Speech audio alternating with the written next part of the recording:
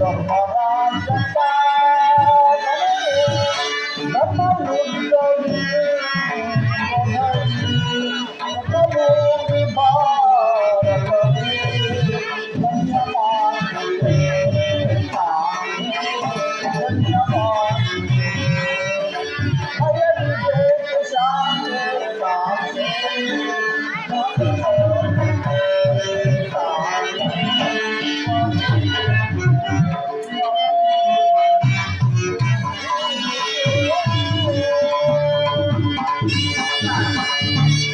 ನಿಮ್ಮ ಸ್ಪರ್ಶವು ವೃತ್ತಿ ಸಂಜೀವನಿ ಕೇವಲ ದೃಷ್ಟಿ ಮಾತ್ರದಿಂದ ಜಡ ಜಗತ್ತನ್ನು ಜೀವಂತ ಮಾಡಬಹುದು.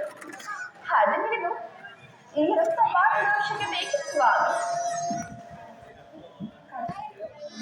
ರುಕ್ಮಿಣಿ ಕಾಳಸರ್ಪದಿಂದ ಚುಚ್ಚಿದವರು ಮೃತ್ಯು ಮುಖದಿಂದ ರಕ್ಷಿಸಬೇಕಾದ್ರೆ ಅದರ ಹಾವಯವನ್ನು ಛೇದಿಸಿದ ಹೊರತು ಮತ್ತೆ ಯಾವ ಉಪಾಯವಿಲ್ಲ.